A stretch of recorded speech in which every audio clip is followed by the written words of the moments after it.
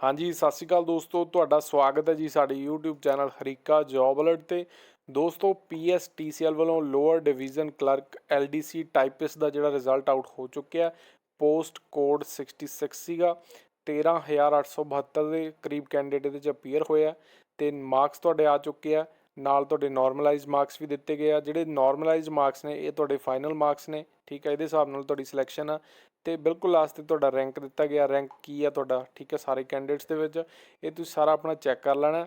ਤੇ ਇੱਕ ਗੱਲ ਹੋਰ ਦੱਸ ਦੇਵਾਂ ਕਿ ਪੰਜਾਬ ਪੁਲਿਸ ਦਾ ਪੇਪਰ ਵੀ ਜੋ ਵੀ ਰਿਜ਼ਲਟ ਹੈ ਪੰਜਾਬ ਪੁਲਿਸ ਦਾ ਇੱਦਾਂ ਹੀ ਤੁਹਾਡਾ ਰਿਜ਼ਲਟ ਆਉਣਾ, ਠੀਕ ਹੈ, ਮਾਰਕਸ ਦੇ ਨਾਲ ਨੋਰਮਲਾਈਜ਼ ਮਾਰਕਸ। ਕਿਉਂਕਿ ਸੇਮ ਜਿਹੜਾ ਇਹਦਾ ਵੀ ਵੈਂਡਰ ਹੈ ਉਹ TCS ਨੇ ਹੀ ਕੰਡਕਟ ਕੀਤਾ ਸੀ, ਤਾਂ PSTCL ਵੀ TCS ਨੇ ਹੀ ਕੰਡਕਟ ਕੀਤਾ ਸੀ। ਤਾਂ ਪੰਜਾਬ ਪੁਲਿਸ ਦਾ ਰਿਜ਼ਲਟ ਆਉਣ ਦੀ ਵੀ ਆਪਾਂ ਨੂੰ ਜਲਦੀ ਉਮੀਦ ਹੈ। ਇਹਦੇ 'ਚ ਤੁਹਾਡੇ ਕਿੰਨੇ ਮਾਰਕਸ ਆਏ, ਕੀ ਰੈਂਕ ਹੈ, ਕੀ ਕੈਟੇਗਰੀ ਹੈ, ਕਮੈਂਟ ਕਰਕੇ ਜ਼ਰੂਰ ਦੱਸੋ। ਇਹਦੀ PDF ਟੈਲੀਗ੍ਰਾਮ 'ਤੇ ਅਪਲੋਡ ਕਰ ਦਿੱਤੀ ਗਈ ਹੈ, ਜਾ ਕੇ ਚੈੱਕ ਕਰ ਸਕਦੇ ਹੋ। ਧੰਨਵਾਦ ਦੋਸਤੋ, ਸਤਿ ਸ਼੍ਰੀ ਅਕਾਲ।